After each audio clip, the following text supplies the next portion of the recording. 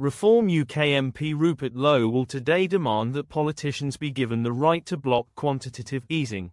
Former Prime Minister Liz Truss is backing calls to stop the state printing mountains of cash to fund unaffordable policies. Reform UK MP Rupert Lowe will today demand that politicians be given the right to block quantitative easing.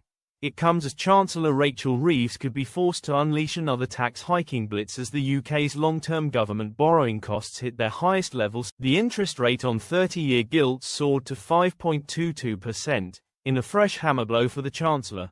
But Mr. Lowe will argue the Bank of England's money printing spree is driving up inflation, and the Reform MP will demand more restrictions on Threadneedle Street. He said ahead of a vote in Parliament, "I am today proposing legislation to Parliament to prohibit quantitative easing without the express consent of democratically elected." QE is essentially the state printing money, billions and billions, to bail itself out, devaluing all of our earnings and savings in the process. If you insert vast amounts of new cash into the system, what does that do to existing funds? It all becomes worth less. Inflation, and lots of it. QE has now become a mainstream tool to avoid the Darwinian reality of capitalism.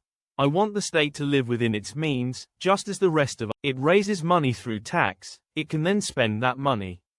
It should not be permitted to print mountains of cash to fund unaffordable policies.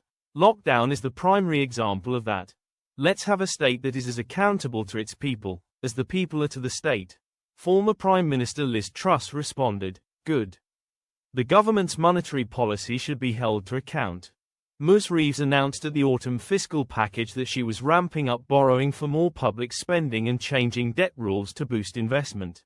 However, the economy is stalling with businesses warning of price rises and job cuts due to the extra burden.